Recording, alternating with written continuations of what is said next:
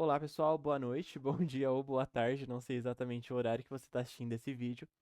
Porém, hoje eu decidi postar o primeiro vídeo aqui do canal, onde eu vou trazer um pouco do conhecimento que eu usei para passar no exame da ordem, um pouco do conhecimento que eu tenho sobre direito do trabalho especificamente, tanto a parte material quanto a parte processual, para que vocês também possam ser aprovados no exame da ordem, que eu sei aí que é uma das fases mais difíceis de graduação em direito. Eu até pensei inicialmente em trazer conteúdo sobre todas as áreas, porém eu percebi que eu não ia conseguir trazer para vocês o que de fato eu quero, que é o conhecimento mesmo, uma análise um pouco mais aprofundada sobre as matérias. Se eu fosse trazer de todas as áreas, eu acho que isso poderia acabar se ficando um pouco superficial e aí não é o que eu quero transmitir, não é esse o meu objetivo.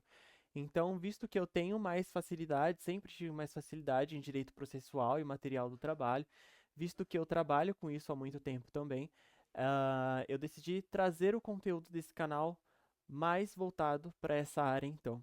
Porém, no TikTok eu gravo diversos conteúdos voltados a dicas que vocês podem utilizar no seu dia a dia de estudos para o exame da ordem ou para a própria faculdade ou concursos e afins. Eu deixo o link aqui, tá? Na descrição do vídeo. Então peço que vocês sigam lá também, dê aquele engajamento, que vocês sigam aqui também, curtam também aqui, para incentivar, para que me incentive a continuar trazendo aqui o conteúdo para vocês. O conteúdo que fez com que eu fosse aprovado no exame da ordem, ainda no nono semestre e sem cursinho. Eu vou ficar olhando um pouquinho para a esquerda, porque como isso aqui para mim tudo é muito novo, essa parte da gravação em si, eu tenho que olhar ali para ver se o som tá certinho, se a câmera tá certinha. Então, se eu ficar olhando um pouquinho para a esquerda, é por causa disso, tá? Porém, sem ficar enrolando,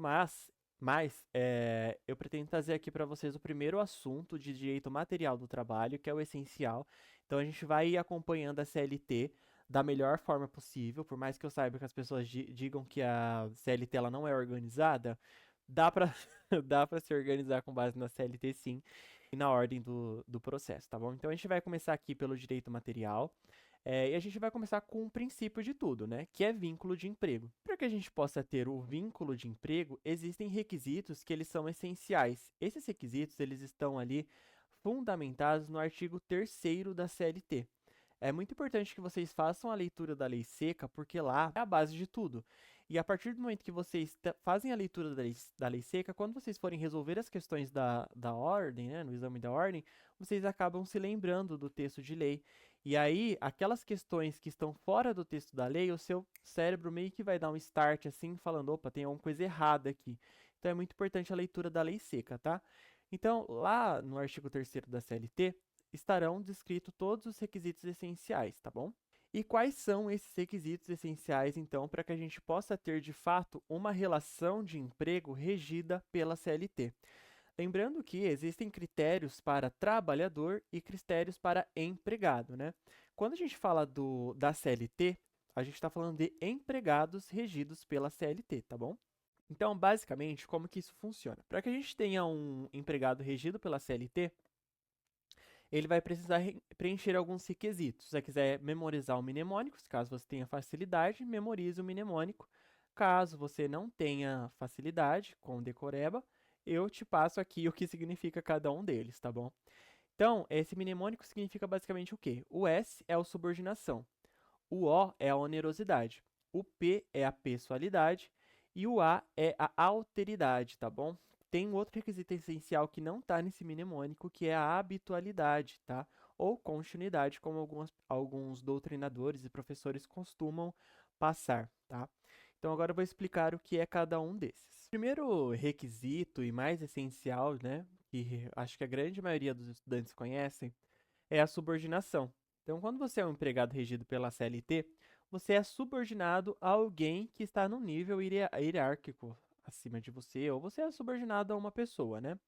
Então, basicamente, essa subordinação, ela vem o quê? Por meio de ordens, por meio de cumprimento de tarefas, por meio de cumprimento de metas, por cobranças do seu chefe, por registro de ponto, e essas formas de controle que o empregador ele tem em cima do empregado, né? Então a gente vai ter essa subordinação aí.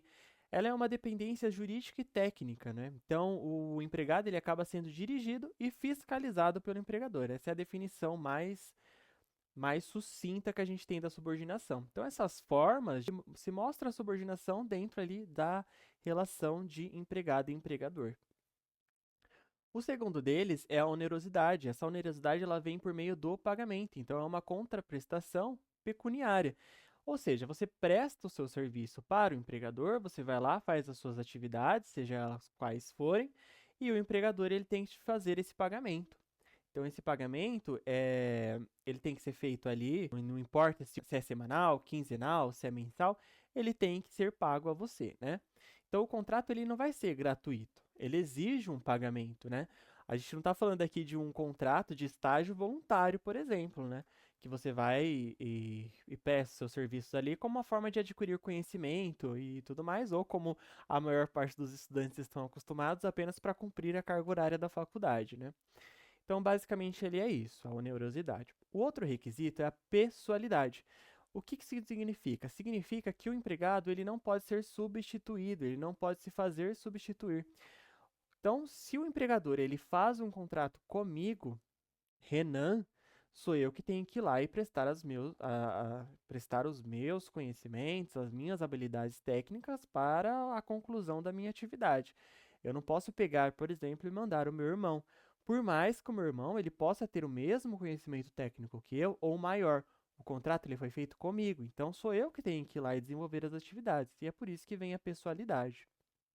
Então ele basicamente não se pode fazer substituir por outra pessoa no dia a dia, tá? O outro requisito aqui, que ele não é muito comentado, é a alteridade. A alteridade ela está presente no artigo 2º da CLT. Então, basicamente, o que ela significa? Ela significa que o empregador ele não pode transferir para o empregado os riscos da atividade econômica, né? Então, se o empregador ele tem um prejuízo econômico, ele não consegue arcar com o salário dos empregados, ele não pode chegar para os empregados e falar assim, ó, hoje, esse mês a gente não vai pagar o seu pagamento, a gente não vai realizar o pagamento do seu salário e vai ficar por isso mesmo. Não, ele vai ter que fazer esse pagamento, mesmo que o empregado ele tem que recorrer, né, às vias judiciais para isso, o pagamento ele tem que ser feito, porque o empregado ele trabalhou, ele fez a sua prestação de serviço. Então não pode ser simplesmente transferido ali o prejuízo pro empregado. Por outro lado, a gente também pode falar aqui da participação, né, dos lucros e resultados, que é a PLR, né? O empregado, ele pode ter isso daí, essa participação, né, no final do ano, geralmente? Pode. Ele pode sim. Então, os lucros ele pode ter. O que ele não vai ter são os prejuízos, tá? E aí, por fim, né, o último requisito aí que a gente tem é a continuidade ou a habitualidade. Então, basicamente, não vai ser um único ato feito por aquele empregado. Ela vai perdurar por meses, anos, né? Então, a gente tem contratos que são por prazos determinados? Temos. A gente vai ter uma aula sobre os tipos de contrato depois. Mas é um tempo, entende? Então, assim, não vai ser um único ato. Foi, fez o serviço e acabou. Não. Ele vai continuar. Então, digamos, pensamos no advogado. O advogado foi contratado para fazer uma minuta de um contrato de compra e venda. Ele foi contratado por uma pessoa física, por exemplo, para que ele fizesse aí o contrato de compra e venda. Foi um único ato, acabou ali a relação entre eles, teve uma relação jurídica, mas não podemos dizer que ele é empregado, por exemplo, daquela pessoa física, né? Não teria cabimento. Foi um único ato, entende?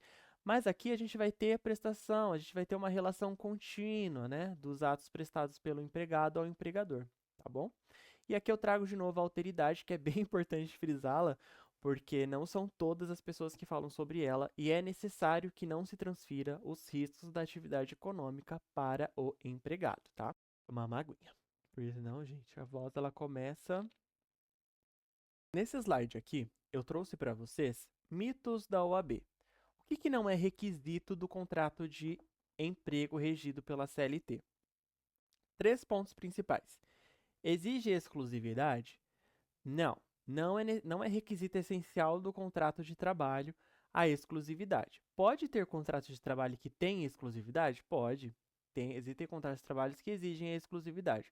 Mas aí a gente tem que lembrar que tem que ser uma manifestação expressa E também tem que respeitar os limites da razoabilidade e proporcionalidade, tá? Então ali não necessariamente vai ter a exclusividade em alguns contratos.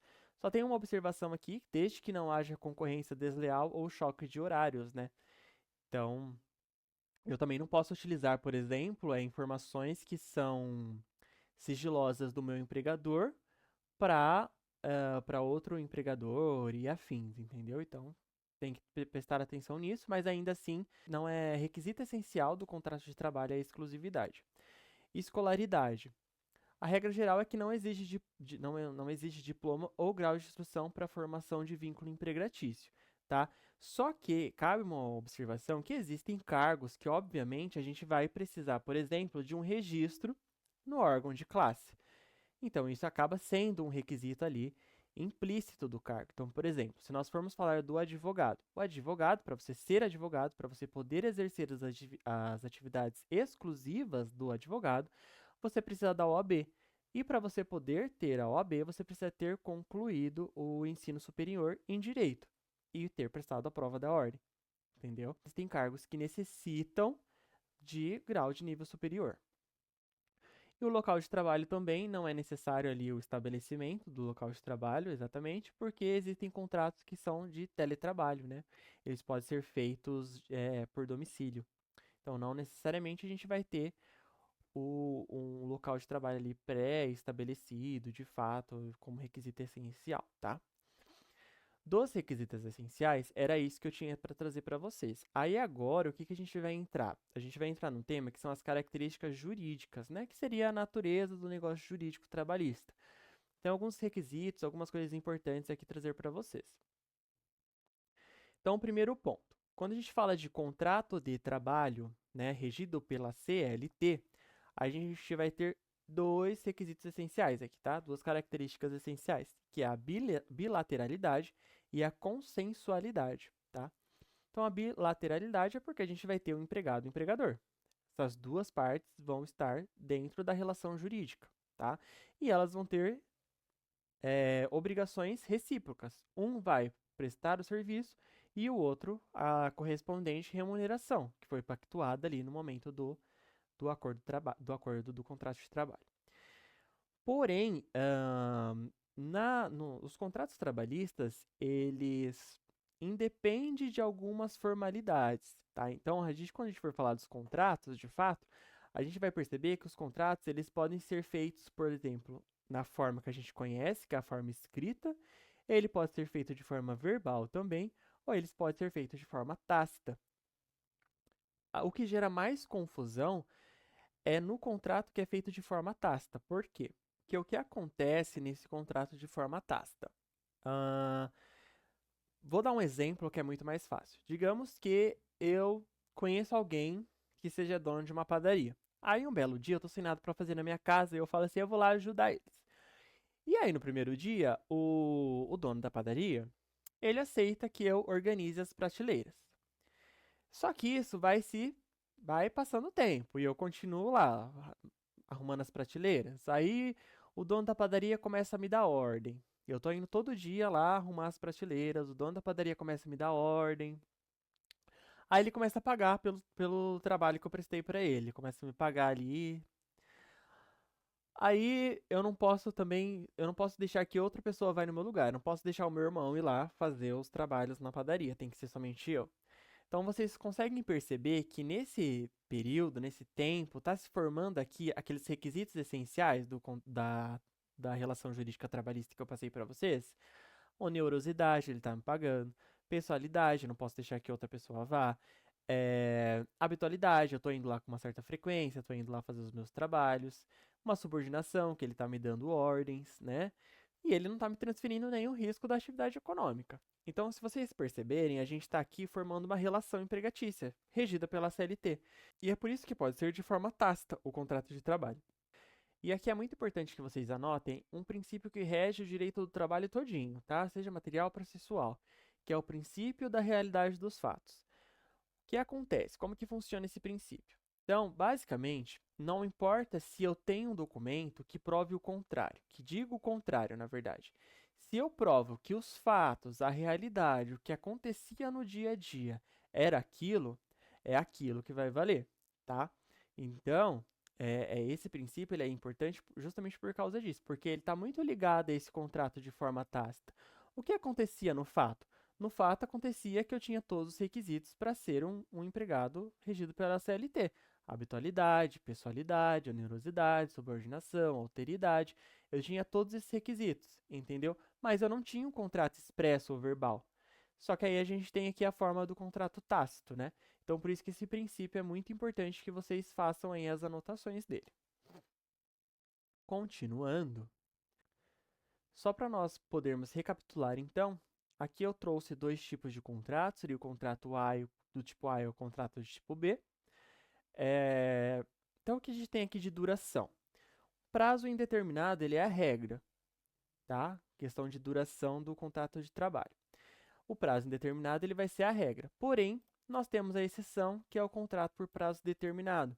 Querem um exemplo aqui muito prático de contrato por tempo determinado? Contrato de experiência. Já anotem também. Contrato de experiência ele tem uma duração de 45 dias que pode ser renovada por mais 45 dias, tá? Então anotem aí que é bem importante. Sobre a manifestação, a gente pode ter então um contrato escrito ou verbal, né? Ou a gente pode ter aquele que é tácito, que é pelo comportamento, que é por eu ter ido lá e ficar fazendo aquelas atividades, mas nunca ter estabelecido um contrato mesmo escrito ou verbal, a gente tem um contrato tácito. E a gente tem as jornadas de trabalho. Eu queria só que vocês fizessem uma observação aqui contra a jornada de trabalho, porque existem outras jornadas de trabalho, tá? Que são importantes também que vocês anotem. Porém, nós teremos uma aula específica só falando sobre jornada de trabalho, porque ela é muito cobrada na OAB, tá? Principalmente a jornada de trabalho em relação a trabalhei tanto tempo, vou ter tanto tempo de pausa, entendem? E as jornadas semanais também. E agora, também com toda essa movimentação que está tendo pelo fim da escala de trabalho 6x1, né? Façam uma anotação aqui, que depois a gente vai ter uma aulinha especial sobre jornada de trabalho, porque ele é um tema mais que a gente precisa aprofundar mais, tá? Aqui eu trouxe também um outro slide falando da capacidade trabalhista por idade, tá?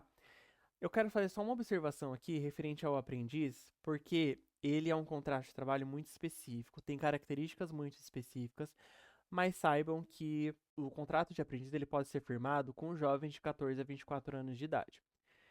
Agora, existem algumas atividades, algumas profissões que a gente precisa ter uma capacidade plena de trabalho, tá? Ali por conta da periculosidade, da insalubridade, trabalho noturno, algumas coisas, existem idades específicas. E aí, isso a gente também vai tratar numa aula específica, tá? Não seria esse o foco daqui, mas é importante que vocês saibam que o contrato de trabalho, a relação jurídica trabalhista, ela também deve observar essas idades a depender do tipo de profissão, tá? Mas acima de 18 anos você tem a capacidade plena e aí você pode exercer todos aí todos os trabalhos que sejam lícitos, né? Por isso, nessa aulinha a gente vai ficando por aqui, tá? Já estamos aí com 20 minutos, 24 minutos. Eu vou fazer a edição, obviamente. Mas mais do que isso vai começar a ficar maçante e aí vocês não vão assistir por completo. Deixei o material aqui, eu vou deixar esse material para vocês. Não deixem de curtir o vídeo e compartilhar com seus amigos também, que é muito importante, tá bom? É isso, gente. Valeu, até a próxima aula.